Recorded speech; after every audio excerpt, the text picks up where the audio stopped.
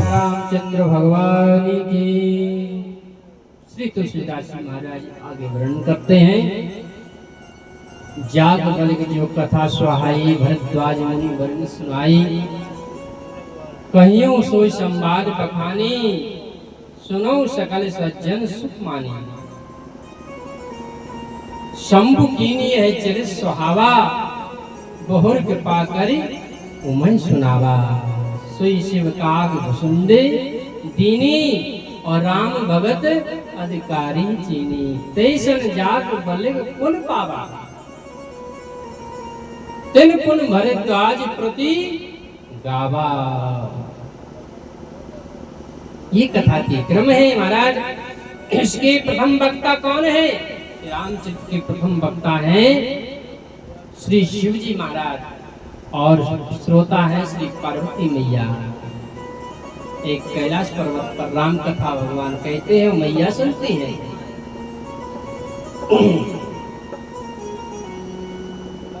कैलाश स्थान में कथा चल रही है। भगवान शंकर वक्ता है, माता पार्वती श्रोता है। रच महेश निज मानस राखा, और पाए सुसमय शिवासन भागा। माता पार्वती ने को वैसे ही सहज में नहीं सुनाया। माता पार्वती ने पूछा है, प्रभु स्वामी हमको राम कथा सुनाइए, राम कथा श्रवण कराइए। प्रभु मुझे पिछले जन्म की कथा याद है, मैंने भ्रम किया था। एक बार त्रेता युग माई, संभवे कुंभज ऋषि पाई। संग सती जग जननी भवानी, पूजे ऋषि कलेश्वर जानी। लेकिन अब मैं सचेत हूँ, मैं सावधान हूँ, मुझे वो भ्रम नहीं है। मैं तो भगवान की कथा सुनना चाहती हूँ। आप कृपा करके मुझे श्री राम जी के चरित्रों को सुनाइए। तो भगवान शंकर कैलाश पर माता पार्वती को श्री रामचरितमानस की कथा सुना रहे हैं। रच महेश निज मानस राखा।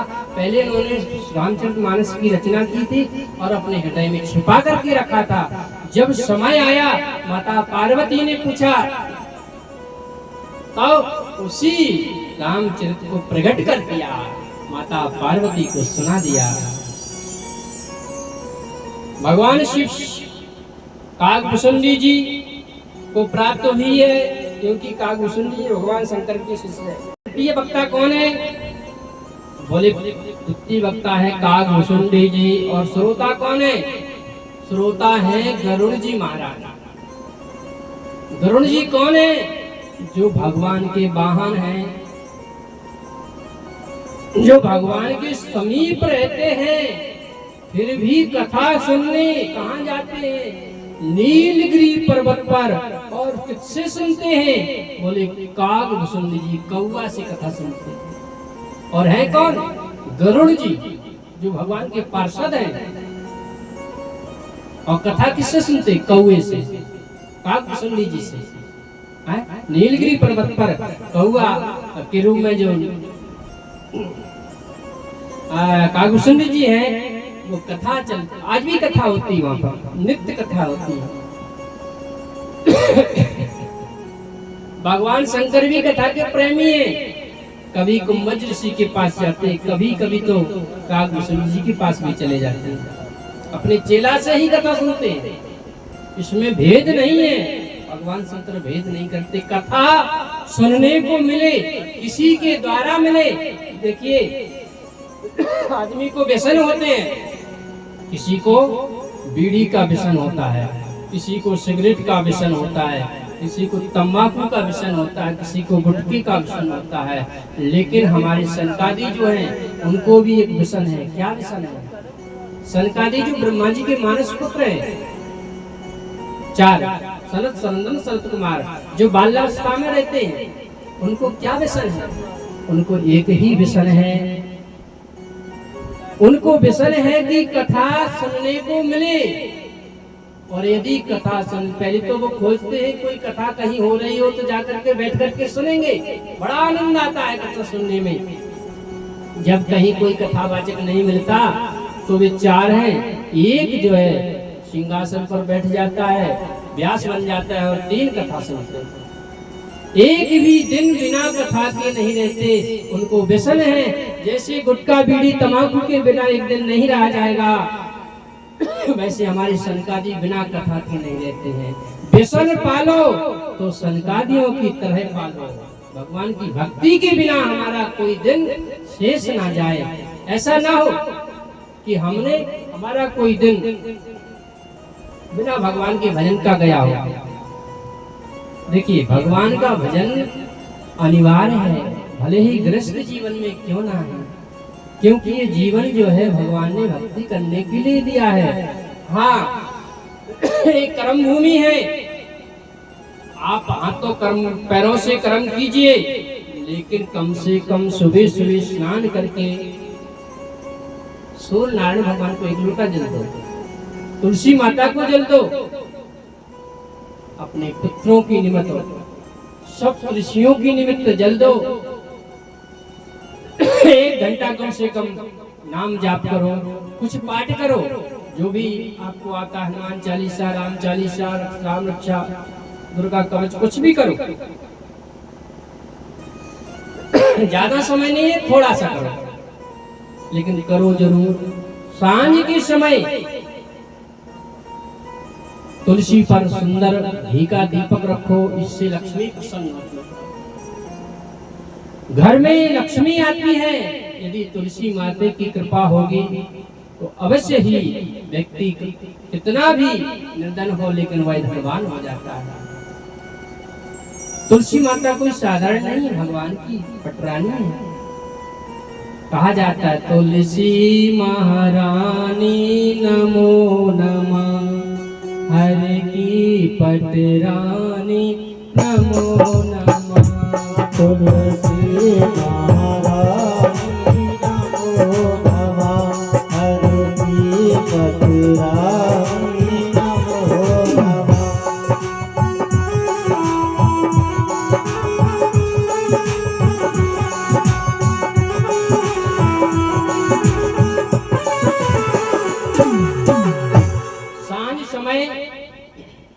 भोजन नहीं करना चाहिए, मैथुन नहीं करना चाहिए, अनर्गल बातें नहीं करनी चाहिए। संध्या के समय माता बहनों को तुलसी पर दीपक जलाना चाहिए, घर के बाहर दीपक जलाना चाहिए। इससे घर की समृद्धि होती है, भगवान प्रसन्न होते हैं, कुल के देवी देवता प्रसन्न होते हैं। जब ये सभी प्रसन्न होंगे तो हमारे घर में आदि व्याधि, बीमारी इत्यादि जो कष्ट है वो कभी प्रवेश नहीं करेंगे।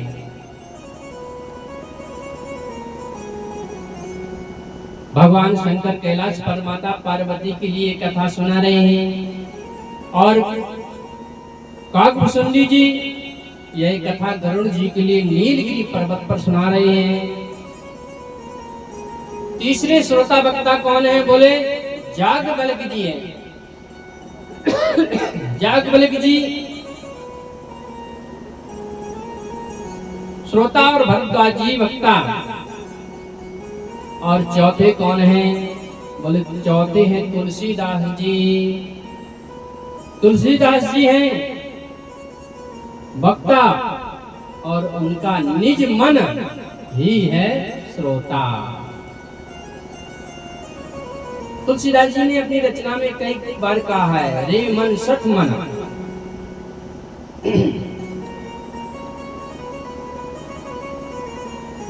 तुलसीदास जी जो है इस कथा के 4 श्रोता वक्ता हुए।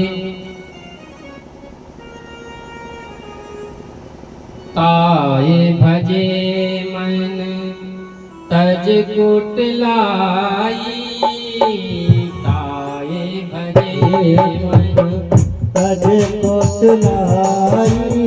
राम भजे गति के नहीं पाई।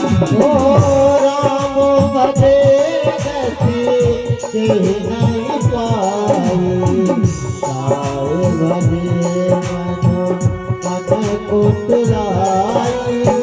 राम भजे गति के नहीं पाई।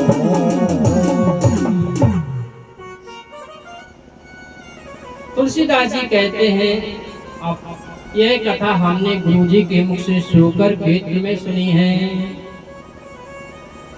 मैं पुण्य निज गुरु सन सुनी कथा सुखर खेत, और समझी नहीं तन बालपन, अब अति रहे हो अच्छे। बालपन था, लड़कपन था ना, तो लड़कपन में बुद्धि मन ज्यादा नहीं लगता कथा में, तो जितनी सुनी उतनी ही बहुत। यद्यपि कही गुरु 12 गुरुदेव ने कथा को बार बार कहा, और समझ परे कहे मति अनुसारा, मेरी बुद्धि ने जितना मुझ समझ में आया उतना ग्रहण किया। श्री राम कथा क्या है? बोले राम कथा सुंदर मंदाकिनी, राम कथा मंदाकिनी, चित्रकूट चितचार तुलसी सोहग, स्नेह वन सिय रघुवीर विहार। राम जी की कथा सुंदर पवित्र निर्मल मंदाकिनी गंगा की धारा के समान है, जो चित्रकूट में अनवरत बहती रहती है। सुंदर बन है,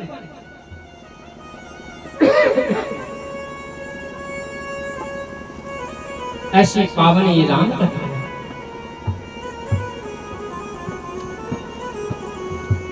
राम कथा सुंदर करतारी, संशय विहंग उड़ावन हारी। राम कथा सुंदर करतारी, संशय विहंग उड़ावन हारी।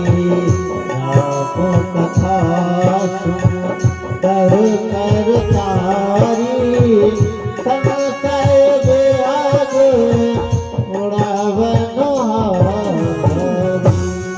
ये राम कथा बड़ी पावन कथा है। श्री तुलसीदास जी महाराज अवधपुरी में रहकर के इस कथा का वर्णन करते हैं।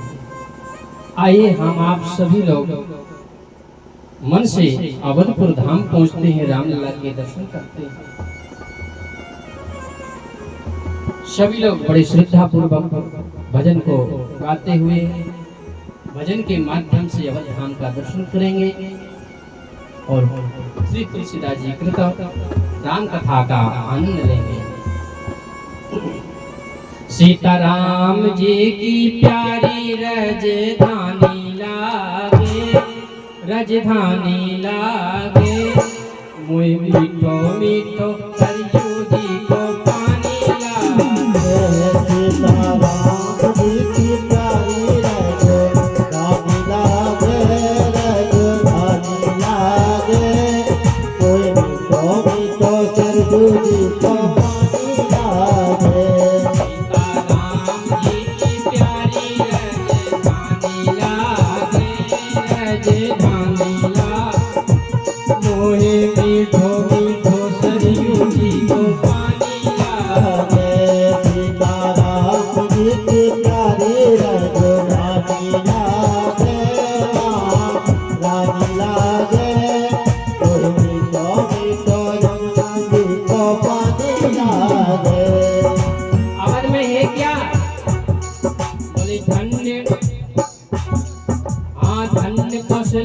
धन्य सुमित्रा धन धन के कई मैया।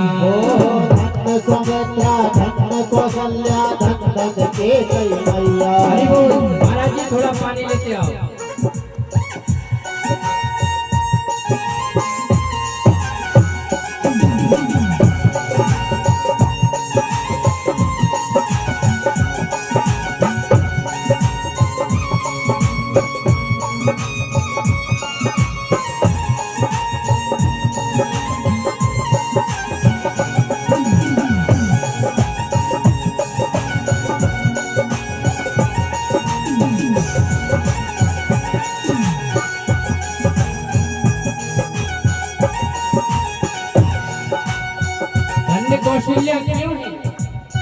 राम जैसे भगवान पुत्र को जन्म दिया है।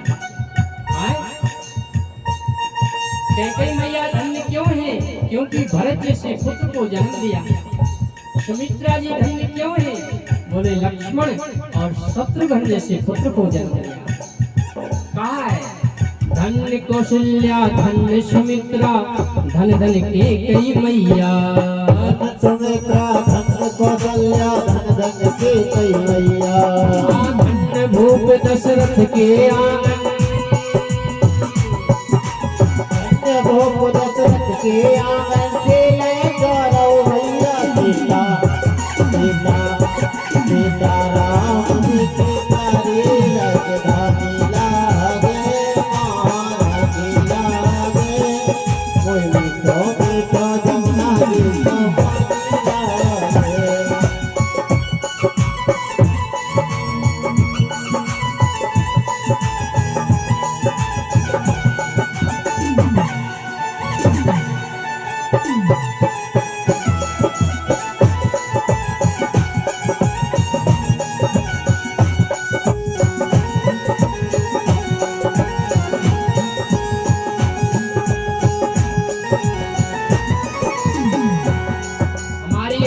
कैसी बड़ी सुहावनी है, सुंदर है, पवित्र है, मन भावने है। अवध नाम क्यों है? क्योंकि आज तक वहाँ पर किसी का वध नहीं हुआ है, किसी ने वहाँ पर चढ़ाई नहीं की है, इसीलिए वो अवध है। अवध क्यों है? बोले अवध इसलिए है कि जब संसार की सृष्टि हुई है तो सर्वप्रथम नगर का निर्माण किया गया तो अवध का किया गया, इसलिए अवध अनादि है। और नदियों में यदि सर्वप्रथम नदी जो आई है वो सरयू माता आई है, इसलिए नदियों में अनादि सरयू नदी है।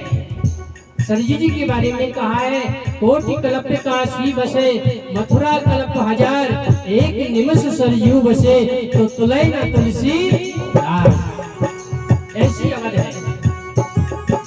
परम सुहावनी जन्म भूमि है, परम सुहावन जन्म भूमि है।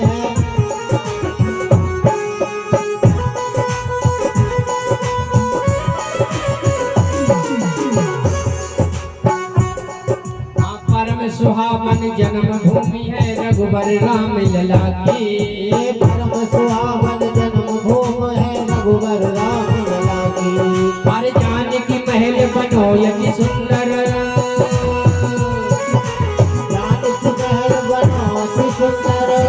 लखन किला की हाँ हाँ शोभा लखन किला की। जहाँ के कण कण में प्रभु की निशानी लागे, हाँ निशानी लागे मोए मीठो मीठो सरयू जी को पानी लागे। सीताराम जी की प्यारी राजधानी लागे महारानी लागे।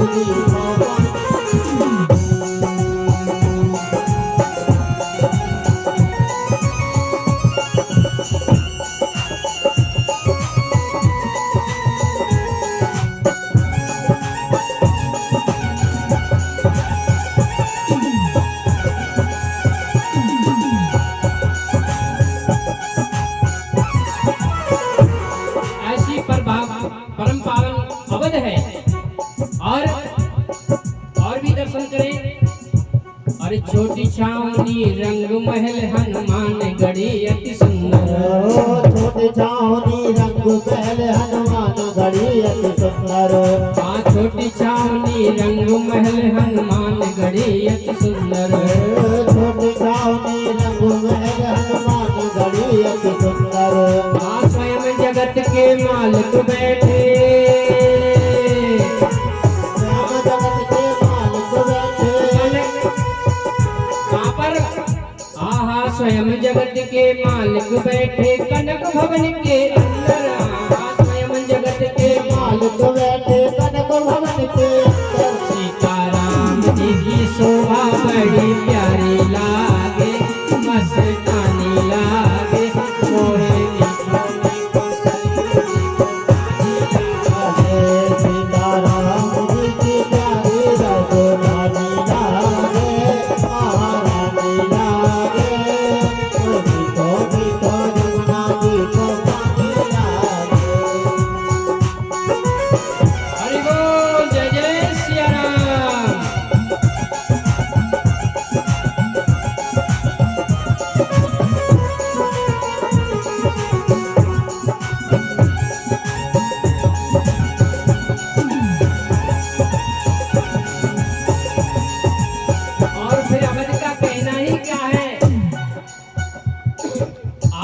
तो हमारी अवध और ही पवित्र मंदिर का जो नया निर्माण हो गया ना, उसने तो और दिव्यता भव्यता प्रकट करती। लेकिन ये नहीं, अवध तो हमेशा सदैव स्वावनी ही है, आज से नहीं है कि नया मंदिर बनने से है ना, ये तो हमेशा अनादि है, सदा स्वावनी है। अवध सदैव सदा स्वावनी, रामपुरी मंगलमय अति पावन। ये तो पावनपुरी है, अनादि है, पवित्र है। यहाँ के लोग कैसे हैं, बड़ी मधुर मीठी वाणी से बोलते हैं। जय सिया राम दंडवत भैया मधुरी वाणी बोले, जय सिया राम दंडवत भैया मधुरी वाणी बोले, जय सिया राम दंडवत भैया मधुरी वाणी बोले, जय सिया राम दंडवत भैया मधुरी वाणी बोले। करे कीर्तन संत मगन मना, अरे कीर्तन संत मगन मन, हरे कीर्तन संत मगन मन, गली गली में डोले हो, गली गली में डोले। ऐसे क्या करे, गली में डोल करके क्या करे, बोले सीताराम नाम, अरे सीताराम नाम मन बड़ो प्यारो लागे, मन भावत लागे, मोहे मीठो मीठो सरयू जी को पानी लागे। सीताराम जी की प्यारी राजधानी लागे, महारानी लागे, वो मीठो मीठो सरयू जी को पानी लागे।